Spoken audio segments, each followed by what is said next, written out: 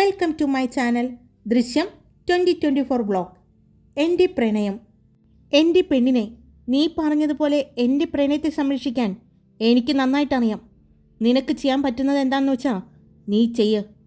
നിന്നെ ഞാൻ ഒറ്റ ദിവസം കൊണ്ട് ഞാൻ നിന്നെ കണ്ടുപിടിച്ചിരിക്കും. ഇത് പറയുന്നത് എൻകൗണ്ടർ സ്പെഷ്യലിസ്റ്റ് ഇൻസ്പെക്ടർ ഹരി രുദ്രദേവാണ് എന്ന് പറഞ്ഞ് ഹരി ഫോൺ കട്ട് ചെയ്തു. ഒന്നും മനസ്സിലാവാതെ നവീനും പ്രണവും പരസ്പരം നോക്കി. എന്നാലും നമ്മുടെ 3 പേരുടെയും ജോലി അത് ആരും അറിഞ്ഞിട്ടുണ്ടായിരുന്നില്ലല്ലോ. ഇതിപ്പോൾ ആരാണ് ഇങ്ങനെ വിളിച്ച് ഭീഷണിപ്പെടുത്താൻ? പ്രണവ് ചോദിച്ചു. അത് തന്നെയാണ് ഞാൻ പറഞ്ഞത്. ഒറ്റ ദിവസം കൊണ്ട് എനിക്ക് കണ്ടുപിടിച്ചിരിക്കണം ഇതാരാണെന്ന് ഹരി പറഞ്ഞു. എടാ ഹരി, നീ വിചാരിക്കുന്നത് പോലെ നിസ്സാരമല്ല. നമ്മൾ വന്നിരിക്കുന്ന ദൗത്യം നിനക്കറിയാലോ. അറിയാം, എനിക്ക് നന്നായിട്ടറിയാം. അതുകൊണ്ട് തന്നെ ഞാൻ പറഞ്ഞത്, എനിക്കെന്തായാലും അവനെ കണ്ടുപിടിച്ചേ പറ്റൂ. കാരണം അവൻ എനിക്ക് മുന്നിൽ വിലപേശാനായിട്ട് വെച്ചിരിക്കുന്നത് എൻ്റെ പെണ്ണിനെയാണ്, എൻ്റെ പ്രാണനെയാണ്. അതുകൊണ്ട് അവനെ എൻ്റെ കൈ കിട്ടുമെന്നല്ല, കിട്ടിയിരിക്കണോ എനിക്ക്. വാ, നമുക്ക് പോകാം എന്ന് പറഞ്ഞ് വേഗം ഹരി പുറത്തേക്കിറങ്ങി. എടാ, അപ്പോൾ ഇവന്മാരെ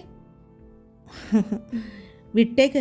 വെറുതെ ഇവന്മാരെ കൊണ്ട് നമുക്കൊരു പ്രയോജനവുമില്ല. പക്ഷേ ഇനി എൻ്റെ മുന്നിൽ വരരുത്. വന്നാൽ ഇതുപോലെ ആയിരിക്കില്ല. തിരിച്ചു പോകാൻ വെള്ള പുതപ്പിച്ച് തിരിച്ചു പോകും, കേട്ടല്ലോ എന്ന് പറഞ്ഞാണ് സൂര്യൻ അവിടെ നിന്നും ഇറങ്ങിപ്പോയത്. അവർ പോയതും പ്രണവ് വേഗം തന്നെ ചെന്ന് വണ്ടിയെടുത്തു. എടാ, എന്താ ചെയ്യാൻ പോകുന്നേ? നവീൻ ചോദിച്ചു. എടാ പ്രണവ്, കുറച്ച് നേരത്തേക്ക് നിൻ്റെ ലാപ്ടോപ്പ് എനിക്ക് വേണം. എൻ്റെ ലാപ്പ് ഞാൻ കൊണ്ടുവന്നിട്ടില്ല, ഹരി പറഞ്ഞു. അതിനെന്താ, നീ എടുത്തോ. എൻ്റെ ഓഫീസിലുണ്ട്. ഒരു കാര്യം ചെയ്യാം, നമുക്ക് ഓഫീസിൽ നിന്ന് സംസാരിക്കാം എന്ന് പറഞ്ഞ് പ്രണവ് അവരുടെ റിസോർട്ടിലേക്കാണ് വണ്ടി വിട്ടത്. വണ്ടിയിൽ ഇരിക്കുമ്പോഴും 3 പേരും സംസാരിച്ചില്ല. 3 പേരുടെയും ചിന്തകൾ 3 വഴിക്കായിരുന്നു.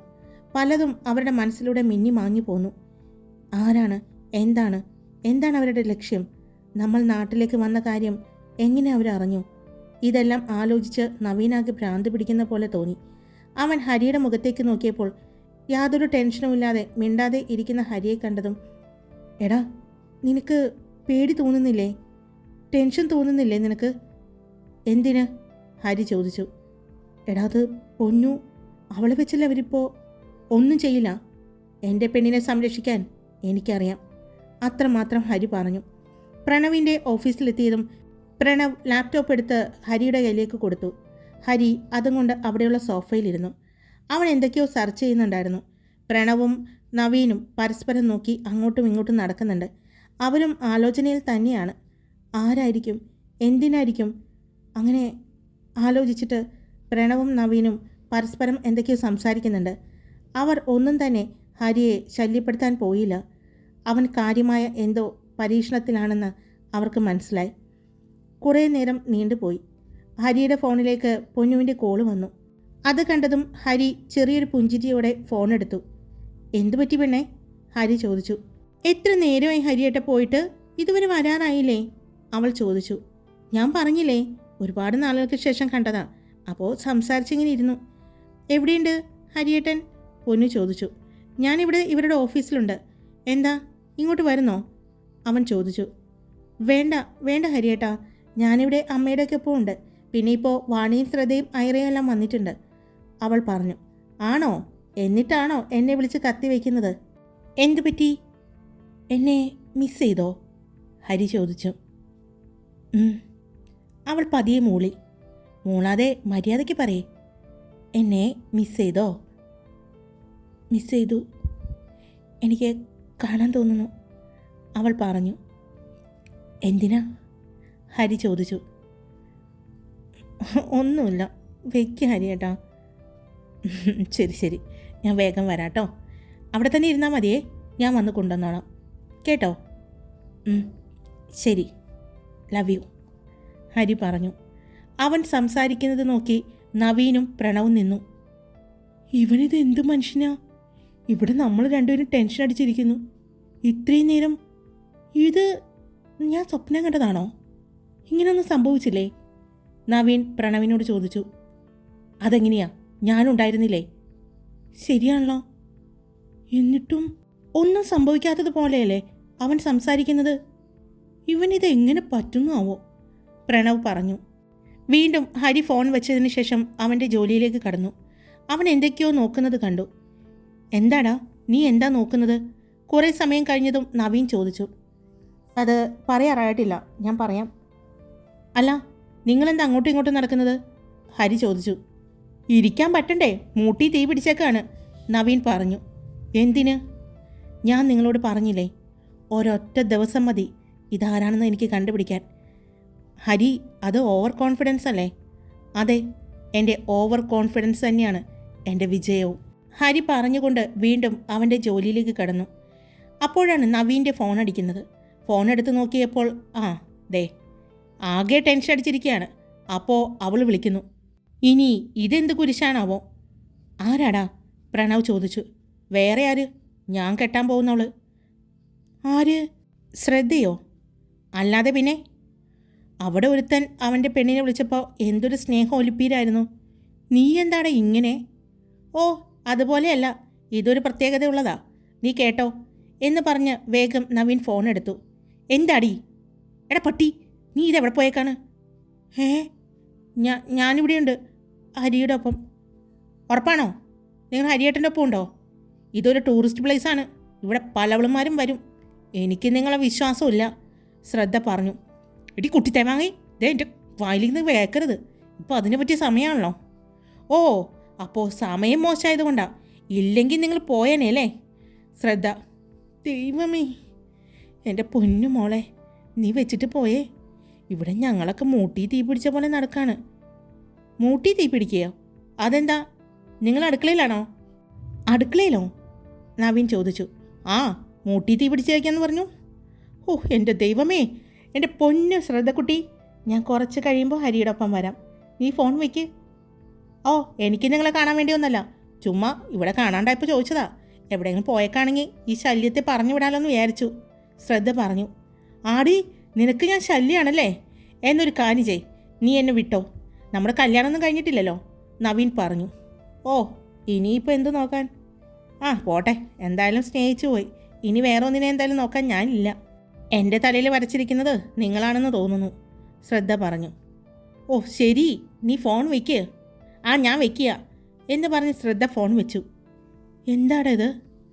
ഞാൻ പറഞ്ഞില്ലേ, അത് സോഫ്റ്റ് ആണെങ്കിൽ ഇത് ആറ്റം ബോംബാ. ഇത് ടീച്ചറല്ലേ? അതെ, ടീച്ചർ തന്നെയാണ്. പക്ഷേ മാന്യമായ സംസാരമെല്ലാം ആ കോളേജിൽ മാത്രം. അവൾക്ക് എന്നെ കാണുമ്പോൾ ഇത് മാത്രമാണ് പറയാൻ പറ്റുന്നത്. അവളുടെ സംസാരം ഇതുപോലെ തന്നെയാണ്. ഞാൻ പലപ്പോഴും ആലോചിക്കാറുണ്ട്, ഇവള് ഏത് സബ്ജക്റ്റാണ് പഠിപ്പിക്കുന്നതെന്ന് ചോദിക്കണമെന്ന് ഞാൻ വിചാരിക്കാറുണ്ട്. പക്ഷേ ഇതുവരെ പറ്റിയിട്ടില്ല. ഇന്നെന്തായാലും ചോദിക്കണം, നവീൻ പറഞ്ഞു. അപ്പോഴാണ് ഹരി, എടാ നീ നിൻ്റെ ഫോണിങ് തന്നെ. നവീൻ്റെ കയ്യിൽ നിന്ന് ഫോൺ വാങ്ങി, എന്നിട്ട് ഒരു നമ്പർ ഡയൽ ചെയ്തു. ഹലോ ദിനേശ് ചേട്ടാ, ഇപ്പോൾ അമ്മ നോക്കിക്കൊണ്ടിരിക്കുന്ന കേസ് അതേതാണ്? ഹരി ചോദിച്ചു. ഹരിക്കുഞ്ഞാണോ? ദിനേശൻ ചോദിച്ചു. അതെ ഏട്ടാ. ഇതേതാ നമ്പർ? അതൊക്കെ പറയാം, ഏട്ടൻ പറയ്. ഇപ്പോൾ അമ്മ ഏത് കേസാണ് നോക്കുന്നത്? അത് പിന്നെ മോനെ, അമ്മ പറഞ്ഞു മോനോട് പറയണ്ടാന്ന്. അതെന്താ? അത് പിന്നെ ദിനേശ് ചേട്ടാ, എന്നോട് പറയുന്നോ അല്ലെങ്കിൽ എനിക്കറിയാം എങ്ങനെ അത് കണ്ടുപിടിക്കണമെന്ന്, ഹരി പറഞ്ഞു. വേണ്ട മോനെ, ഞാൻ പറയാം. കുറച്ച് മാസങ്ങൾക്ക് മുമ്പ്, ശരിക്കും പറഞ്ഞാൽ മോൻ ഇങ്ങോട്ട് വന്ന സമയത്ത്, ആ സമയത്ത് ഇവിടെ ഒരു കൊലപാതകം നടന്നു. ഒരെണ്ണമല്ല, 3 കൊലപാതകങ്ങൾ. അതും അതിക്രൂരമായി. പെൺകുട്ടികളാണ് 3 പേരും. ആ കേസിലെ പ്രതികളെ പോലീസ് അറസ്റ്റ് ചെയ്തിരുന്നു. പക്ഷേ അവരുടെ പ്രതിഭാഗം വക്കീലായിട്ട് മോൻ്റെ അമ്മ ശിവകാമി മേഡം ആണ്. ഞാൻ മോൻ്റെ അമ്മയോട് പറഞ്ഞതാണ് ആ കേസ് എടുക്കണ്ടെന്ന്. അത് ആരും, മനസാക്ഷിയുള്ള ആരും ആ പ്രതികൾക്ക് വേണ്ടി വാദിക്കില്ല. കാരണം അവരാണത് ചെയ്തിരിക്കുന്നതെന്നുള്ള എല്ലാ തെളിവുകളും ആ പോലീസ് ഓഫീസർ കണ്ടെത്തിയിരുന്നു. പക്ഷേ അത് ശക്തമല്ല എന്ന് മാത്രം. ഞാനത് മോൻ്റെ അമ്മയോട് പറഞ്ഞതാ. എന്താണെന്നറിയില്ല, ശിവകാമി മേഡം അത് എടുക്കാൻ വല്ലാതെ വാശി കാണിച്ചു. ആ കേസിൽ അടുത്ത് തന്നെ അതിൻ്റെ ഫസ്റ്റ് ഹിയറിംഗ് ഉണ്ടാകും. ആ പ്രതികൾക്ക് പിന്നിൽ വമ്പന്മാർ ഉണ്ടെന്നാണ് പറയുന്നത്. ശിവകാമി മേഡം ആ കേസ് എടുത്തിട്ടുണ്ടെങ്കിൽ ഉറപ്പായിട്ടും വിജയിക്കും. പക്ഷേ അപ്പോൾ 3 പെൺകുട്ടികളുടെ ആത്മാക്കൾക്ക് ശാന്തി കിട്ടാതെ നടക്കും. അത് എനിക്ക് ഉറപ്പാണ് മോനെ. അത്രയും സങ്കടത്തോടെയാണ് ആ കേസിനെക്കുറിച്ച് അറിഞ്ഞ ഓരോ മലയാളികളായിക്കോട്ടെ, ഓരോ മനുഷ്യനായിക്കോട്ടെ അതിൽ പ്രതികൾക്ക് തൂക്കുകയർ കിട്ടാൻ വേണ്ടി പ്രാർത്ഥിച്ചിട്ടുണ്ടാകും. പക്ഷേ എന്തുകൊണ്ട് ശിവകാമി മേഡം മാത്രം മനസ്സിലാകുന്നില്ല മോനെ? ഇപ്പോൾ ആ കേസിലെ പ്രതികൾക്ക് വേണ്ടി വാദിക്കാൻ ഇറങ്ങുന്നത് ശിവകാമി മേഡം ആണെന്ന് ആരും അറിഞ്ഞിട്ടില്ല. അത് അടുത്ത ദിവസം പ്രതികളെ കോടതിയിൽ ഹാജരാക്കുമ്പോൾ മാത്രമേ അന്ന് ശിവകാമി മേഡമാണ് എന്നറിയൂ. ഇപ്പോൾ മേഡത്തിന് കിട്ടിക്കൊണ്ടിരിക്കുന്ന സ്നേഹവും ആദരവും എല്ലാം അതോടുകൂടി അവസാനിക്കുമെന്ന് എനിക്ക് തോന്നുന്നു. മോനൊന്ന് അമ്മയോടൊന്ന് സംസാരിക്കാവോ? അദ്ദേഹം ചോദിച്ചു. അത് കേട്ടതും ഹരി നവീനെയും പ്രണവിനെയും നോക്കി. രണ്ടുപേരും അതെല്ലാം കേട്ട് ഞെട്ടി നിൽക്കുകയായിരുന്നു. ഹരി ഫോൺ സ്പീക്കറിലാണ് ഇട്ടിരുന്നത്. എടാ ആൻറ്റി ഇതെന്തീ കാണിക്കുന്നേ? പ്രണവ് ചോദിച്ചു. ഏയ് ഒന്നുമില്ല. അപ്പോൾ ദിനേശ് ഏട്ടാ, അമ്മയ്ക്ക് വേണ്ട എല്ലാ സഹായങ്ങളും ചെയ്തു കൊടുക്കുക. എന്തെങ്കിലും ഉണ്ടെങ്കിൽ എന്നെ അറിയിക്കുക. അമ്മ എൻ്റെ അടുത്ത് നിന്ന് ഒളിച്ചു വെച്ചിരിക്കുന്നത് എന്താണെന്ന് എനിക്കറിയാം. പക്ഷേ അത് അധികം ദിവസം ഉണ്ടാവില്ലെന്ന് അമ്മയ്ക്കും അറിയാം. എന്തായാലും ഞാൻ അമ്മയോട് സംസാരിച്ചോളാം. ദിനേശ് ഏട്ടൻ ഫോൺ വെച്ചോ എന്ന് പറഞ്ഞ് അദ്ദേഹം ഫോൺ വെച്ചു. എടാ എന്നാലും ഞാൻ കേട്ടിരുന്നു ആ ന്യൂസ്. ആ 3 പെൺകുട്ടികളിൽ ഒരു പെൺകുട്ടി ഗർഭിണിയായിരുന്നുടാ. അത് എന്നിട്ടും ക്രൂരമായാടാ അതിനെ റേപ്പ് ചെയ്തിരിക്കുന്നത്. എനിക്ക് ഓർക്കാനേ പറ്റുന്നില്ല ഹരി. നവീൻ പറയുമ്പോൾ പ്രണവ് അവനെ തന്നെ നോക്കിയിരിക്കുകയായിരുന്നു. എന്നിട്ടും നിന്റെ അമ്മ എന്തിനാടാ കേസ് എടുത്തത്? പെട്ടെന്ന് പ്രണവ് ചോദിച്ചു. നവീൻ, നിനക്ക് എൻ്റെ അമ്മ ശിവകാമിയെക്കുറിച്ച് എന്താ അഭിപ്രായം? ഹരി ചോദിച്ചു. ആൻറ്റി ക്രിമിനൽ അഡ്വക്കേറ്റ് ആണെങ്കിലും ഇതുവരെ മോശമായൊരു കാര്യത്തിന് വേണ്ടിയും ആൻറ്റി ഇറങ്ങിയിട്ടില്ല. ക്രിമിനലുകൾ എന്ന് കുറ്റപ്പെടുത്തിയ സാധാരണക്കാർക്ക് വേണ്ടി, അല്ലെങ്കിൽ പോലീസുകാർ എങ്ങനെയെങ്കിലും കേസ് അവസാനിപ്പിക്കാൻ വേണ്ടി നിരപരാധികളായ പല ചെറുപ്പക്കാരെയും പ്രതികളെന്ന് പറഞ്ഞ് മുദ്ര കുത്തിയിട്ടുണ്ട്. അവരെയെല്ലാം പ്രതികൾ എന്ന് പറഞ്ഞ് പോലീസ് നിരപരാധികളായ ചെറുപ്പക്കാരെ കൊണ്ടെന്ന് മുന്നിൽ നിർത്തുമ്പോൾ അവരെയെല്ലാം പ്രതിഭാഗം വക്കീൽ എന്ന പേരിൽ അഡ്വക്കേറ്റ് ശിവകാമി രക്ഷപ്പെടുത്തിയിട്ടുണ്ട്. അതുകൊണ്ട് തന്നെ അമ്മയെ എല്ലാവർക്കും ഇഷ്ടവുമാണ്, നവീൻ പറഞ്ഞു. അപ്പോൾ പറ, ഈ കേസ് എന്തുകൊണ്ടായിരിക്കും അമ്മ ഏറ്റെടുത്തത്? ഹരി ചോദിച്ചു. അപ്പോൾ നീ പറയുന്നത് അവന്മാരൊന്നും തെറ്റ് ചെയ്തിട്ടില്ല എന്നാണോ? അവർ നിരപരാധികളാണെന്നാണോ പറയുന്നത്? അതുകൊണ്ടാണോ ശിവകാമി മേഡം അവർക്ക് വേണ്ടി ഹാജരാകുന്നത്? നവീൻ ചോദിച്ചു. അല്ല, അമ്മയ്ക്ക് നന്നായിട്ടറിയാം അവരാണ് പ്രതികളെന്ന്. എന്നിട്ടും പിന്നെ എന്തിനാ അവർക്ക് വേണ്ടി ശിവകാമിയമ്മ ഇറങ്ങുന്നത്? അവർക്ക് വേണ്ടി ഹാജരാകുന്നത് എന്തിനാ? നവീൻ ചോദിച്ചു. എന്നോടുള്ള വിശ്വാസം കൊണ്ട്, ഹരി പറഞ്ഞുകൊണ്ട് അവിടെ നിന്നും എഴുന്നേറ്റു. മനസ്സിലായില്ല?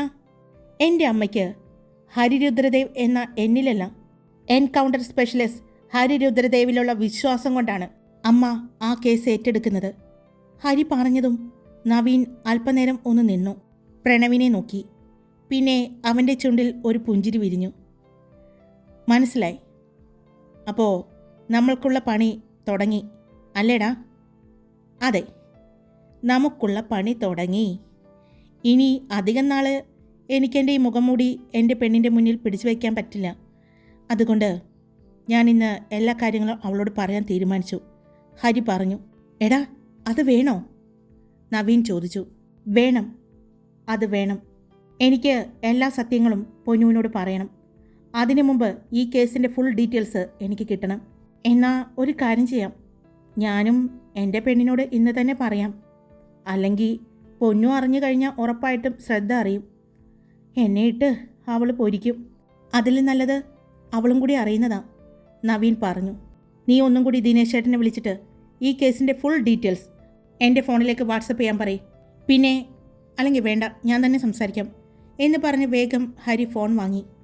അവിടെ റിങ് ചെയ്തതും ദിനേശ് ചേട്ടൻ ഫോൺ എടുത്തു. ദിനേശ് ചേട്ടാ, എനിക്ക് ഈ കേസിൻ്റെ എല്ലാ ഡീറ്റെയിൽസും എൻ്റെ ഫോണിലേക്ക് വാട്സപ്പ് ചെയ്യണം. പിന്നെ ഈ മരിച്ച 3 പെൺകുട്ടികൾ, അവരുടെ പേരെന്തൊക്കെയാണ്? പാർവണ, ജിഷ, അഭയ. ഓക്കെ. പിന്നെ ഈ കേസ് അന്വേഷിച്ച ആ പോലീസ് ഓഫീസർ അതാരാണ്? അത് ഒരു നികേഷ് കുമാർ. അതെ, അയാളുടെയും ഫുൾ ഡീറ്റെയിൽസ് എനിക്ക് വാട്സപ്പ് ചെയ്യണം. എന്തൊക്കെ ഡീറ്റെയിൽസ് അമ്മയ്ക്ക് കിട്ടിയിട്ടുണ്ടോ അതെല്ലാം എനിക്ക് കിട്ടിയിരിക്കണം. പിന്നെ ഇക്കാര്യം നമ്മൾ മാത്രം അറിഞ്ഞാൽ മതി, അമ്മ അറിയണ്ട, ഹരി പറഞ്ഞു. ഓക്കെ ഓക്കെ മോനെ. എന്നാലും ഹരി, ഈ കേസും ഇന്ന് നമ്മൾ വിളിച്ച് ഫോണിൽ സംസാരിച്ച അയാളും തമ്മിൽ എന്ത് ബന്ധം? ബന്ധമുണ്ട്, പക്ഷേ എൻ്റെ ഒരു സംശയം മാത്രമാണ്. എന്തായാലും ദിനേശ് ഏട്ടൻ ഡീറ്റെയിൽസൊക്കെ അയക്കട്ടെ, എന്നിട്ട് ഞാൻ പറയാം ഈ കേസുകൾ തമ്മിൽ എന്താണ് ബന്ധമെന്ന്. എന്തായാലും ഞാൻ എൻ്റെ പെണ്ണിൻ്റെ അടുത്തേക്ക് പോവാണ്. നീ വരുന്നുണ്ടോ? സംസാരിക്കുകയല്ലേ? ആ സംസാരിക്കാം. ഇനിയിപ്പോൾ മറച്ചു വെച്ചിട്ട് കാര്യമില്ല. അടുത്ത ദിവസം ഇതൊക്കെ അറിയുമ്പോൾ ആദ്യം നിന്നോട് ദേഷ്യപ്പെടാൻ പോകുന്നത്, ചിലപ്പോൾ നിൻ്റെ അമ്മയോട് വെറുപ്പ് കാണിക്കാൻ പോകുന്നത് ഇതളും അവരുടെ ഫാമിലിയും എല്ലാം ആയിരിക്കും. അതിനു മുമ്പ് നമുക്ക് സംസാരിക്കുന്നത് നല്ലത്, നവീൻ പറഞ്ഞു. എടാ എന്നാൽ ഞങ്ങൾ പോട്ടെ. പിന്നെ നീ വരല്ലേ ഞങ്ങളുടെ ഒപ്പം? പിന്നല്ലാതെ, ഞാൻ വരുന്നു. ഇനി നമ്മുടെ കളികളെല്ലാം കൊച്ചിയിൽ അല്ലേടാ? അതെ, ഇത്രയും നാൾ മുംബൈയിലല്ലായിരുന്നോ? ഇനി നമുക്ക് കൊച്ചിയിൽ കളിക്കാം അല്ലേ? അതെ. എന്നാ ശരിയെന്നാ എന്ന് പറഞ്ഞ് അവിടെ നിന്നും ഹരിയും നവീനും ഇറങ്ങി. അവർ നേരെ ചെന്നത് പൊന്നുവിൻ്റെ അമ്മയുടെ ഡോമിലേക്കാണ്. അവിടെ എല്ലാവരും കൂടി ഇരുന്ന് കത്തിവെക്കുന്നുണ്ട്. എന്തെവിടെ പരിപാടി എന്ന് ചോദിച്ചുകൊണ്ടാണ് ഹരി ചെല്ലുന്നത്. ഒന്നുമില്ല. അല്ല, നിങ്ങളിതെവിടെ പോയതാ? വെള്ളടിക്കാൻ പോയതാണല്ലേ? ശ്രദ്ധ നവീനെ നോക്കിക്കൊണ്ട് ചോദിച്ചു. ഈ കുരിപ്പ്, എൻ്റെ മോളെ ഞങ്ങൾ കൂട്ടുകാരെ കാണാൻ പോയതാ. ആ, കൂട്ടുകാരെ കാണാൻ പോകുമ്പോൾ സ്വാഭാവികമായിട്ടും വെള്ളടിക്കുമല്ലോ. ഇല്ല, സത്യമായിട്ടും വെള്ളടിച്ചിട്ടില്ല. ഉറപ്പാണോ? ആ ഉറപ്പ്. ആ ശരി. അതെ പൊന്നു, നമുക്കെന്നാ അങ്ങോട്ട് പോയാലോ? നിങ്ങൾ വരുന്നുണ്ടോ? ഹരി ശ്രദ്ധയോടും വാണിയോടും അയറിയോടും ചോദിച്ചു. എന്താണ്, ഇന്നലെ സ്പെഷ്യലുണ്ടോ ഞങ്ങൾക്ക്? ആ സ്പെഷ്യലൊക്കെ ഉണ്ട്, വാ. എന്നാ വരാം എന്ന് പറഞ്ഞ് അവർ എല്ലാവരും ഒരുമിച്ചിറങ്ങി. അതെ, ഭക്ഷണം കഴിക്കാൻ റെസ്റ്റോറൻറ്റിലേക്ക് വരണേ. ആ ഞങ്ങൾ എത്തിക്കോളാം എന്ന് പറഞ്ഞ് അവർ ഹരിയുടെയും നവീൻ്റെയും പുറകെ കൂടി. അവർ പുറത്തേക്ക് ഇറങ്ങിയപ്പോഴാണ് തരുണും എറിക്കും വന്നത്. ഇതെവിടെ പോകുന്നു ഈ വാനരപ്പടകളെയും കൊണ്ട്? ഞങ്ങളിപ്പോൾ വന്നേ ഉള്ളൂ. അതെ, ഇവരെന്തോ സാധനം കൊണ്ടുവന്നിട്ടുണ്ട്, തരാമെന്ന് പറഞ്ഞു. അതിനുവേണ്ടി പോകുന്നതാ. ഈ ഹരിയേട്ടൻ്റെ ഏതോ ഫ്രണ്ടിൻ്റെ അല്ലേ ഈ റിസോർട്ട്, അദ്ദേഹത്തെ കാണാൻ പോയേക്കായിരുന്നു. ചിലപ്പോൾ വല്ല കുപ്പിയാണെങ്കിലോ, വൈനോ അങ്ങനെ എന്തെങ്കിലും. ശ്രദ്ധ പറഞ്ഞതും നവീൻ ഹരിയെ നോക്കി. ഞാനെന്തു ചെയ്യാനാ? അവൻ നെടുവീർപ്പിട്ടുകൊണ്ട് എളിക്ക് കൈകുത്തി നിന്നു. ആണോ? എന്നാൽ ഞങ്ങളും എന്ന് പറഞ്ഞ് എറിക്കും തരുണും കൂടി. ഇപ്പോൾ എന്തു ചെയ്യും? ഞാനിവരെ പൊക്കണമെന്ന് വിചാരിച്ചാ. ഇവരുടെ സഹായം നമുക്ക് വേണ്ടി വരും. എന്നാ വാ എന്ന് പറഞ്ഞ് അവരെല്ലാവരും കൂടി ഹരിയുടെ ഡോമിലേക്കാണ് പോയത്. അവർ പോകുന്നത് നിരഞ്ജനും പൂജയും എല്ലാം കാണുന്നുണ്ടായിരുന്നു. ഡോമിലേക്ക് കയറിയതും, അളിയ സാധനം എവിടെ? ടച്ചിങ്സ് എന്തെങ്കിലും കൊണ്ടുവരണ്ടേ? ഓ, ഇതിന് പ്രത്യേകിച്ച് ടച്ചിങ്സ് ഒന്നും വേണ്ടടാ, നിങ്ങളിവിടെ ഇരിക്കുക. ഞങ്ങൾ പറയാൻ പോകുന്നത് കേൾക്കുമ്പോൾ തന്നെ ടച്ചിങ്സ് ഒന്നുമില്ലാതെ തന്നെ നിങ്ങൾ വെള്ളം കുടിച്ചോളും, നവീൻ പറഞ്ഞു. അതെന്താ? ഹരി ഒന്ന് ദീർഘനിശ്വാസം എടുത്തുകൊണ്ട് എല്ലാവരുടെ മുന്നിൽ വന്ന് നിന്നു. പെൺകുട്ടികളെല്ലാവരും ബെഡിൽ കയറിയിരിക്കുകയാണ്. ബാക്കിയുള്ളവർ സോഫയിലും ചെയറിലുമായി ഇരുന്നു. എന്താ ഹരി, എന്തെങ്കിലും പറയാനുണ്ടോ? തരുൺ അവൻ്റെ മുഖഭാവം കണ്ട് ചോദിച്ചു. ഉണ്ട്, പറയാനുണ്ട്. പക്ഷേ ഞാൻ പറയുന്നത് കേൾക്കുമ്പോൾ മുഴുവനും കേട്ട് കഴിഞ്ഞിട്ട് മാത്രമേ ഇങ്ങോട്ട് എന്തെങ്കിലും പറയാവൂ. പ്രത്യേകിച്ച് പൊന്നു. ഹരി പൊന്നുവിനെ നോക്കിക്കൊണ്ട് പറഞ്ഞു. അപ്പോൾ കാര്യം സീരിയസ് ആണ് അല്ലേ? എറിക്ക് ചോദിച്ചു. അതെ. നിങ്ങൾക്കെല്ലാവർക്കും എൻ്റെയും ഈ നവീൻ്റെയും ജോലി എന്താണെന്നറിയോ? ഹരി ചോദിച്ചു. കള്ളക്കടത്തങ്ങാനാണോ? അല്ല, ഞങ്ങളോട് പറഞ്ഞിരിക്കുന്ന ജോലി അല്ലാതെ വേറെ എന്തെങ്കിലും ഉണ്ടോ നിങ്ങൾക്ക്? ഇപ്പോൾ നിങ്ങളുടെ ജോലി എന്താണെന്ന് അറിയുമെന്നൊക്കെ ചോദിച്ചപ്പോൾ ഒരു സംശയം, വല്ല കള്ളക്കടത്തുണ്ടോ? അല്ല, ഞങ്ങൾക്ക് വിഷയമൊന്നുമില്ല, വാണി പറഞ്ഞു. ഒന്ന് മിണ്ടാതിരിയടി, പെട്ടെന്ന് എറിക്ക് പറഞ്ഞു. എന്താ, നിങ്ങളുടെ ജോലി ഞങ്ങൾക്ക് അറിയാലോ. ഹരി അച്ഛൻ്റെ ബിസിനസ് നോക്കിയെടുത്തുന്നു. നവീനും ജോലിയുണ്ടല്ലോ വേറെ, ഏതൊരു കമ്പനിയിലല്ലേ വർക്ക് ചെയ്യുന്നത്? അതെ. പക്ഷേ ഞങ്ങളുടെ ജോലി അതല്ല. അത് ഹരി പൊന്നുവിനെ നോക്കി. അവൾ ആകാംക്ഷയോടെ ഹരിയുടെ മുഖത്ത് തന്നെ നോക്കിയിരിക്കുകയാണ്. ഹരി പോക്കറ്റിൽ നിന്നും ഫോൺ എടുത്തു. ആ ഫോണിലെ ഒരു ന്യൂസ് ഓപ്പൺ ചെയ്ത് എറിക്കിൻ്റെ നേരെ നീട്ടി. എറിക്കിൻ്റെ അടുത്ത് നിന്ന് തരുണും ആ ഫോണിലേക്ക് നോക്കി. ആ ഫോണിലെ ഫോട്ടോയും അതിലെ താഴെ എഴുതിയിരിക്കുന്ന പേരും തരുൺ വായിച്ചു.